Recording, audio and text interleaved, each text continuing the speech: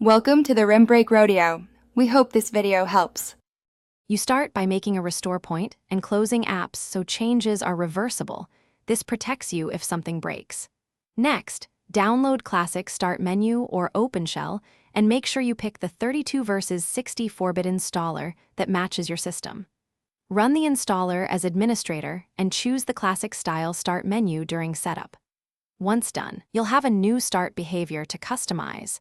That's the foundation for recreating the Windows XP look on Windows 10. You now customize the Start menu and taskbar to match XP aesthetics. This is where the look actually becomes authentic.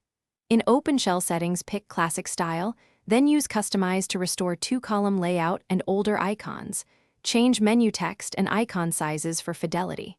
For the taskbar, switch to small icons, enable Never Combine or Combine when full depending on preference, and lock it.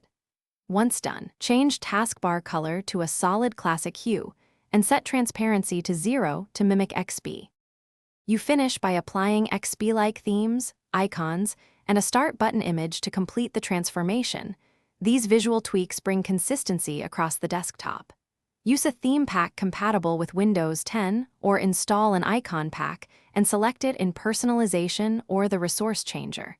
Set the Start button image inside OpenShell. Make sure to reboot to apply changes. If things go wrong, restore the system restore point or boot to safe mode to undo extensions. This single troubleshooting tip saves time when UI conflicts appear. Thanks for watching. Consider subscribing if we helped you.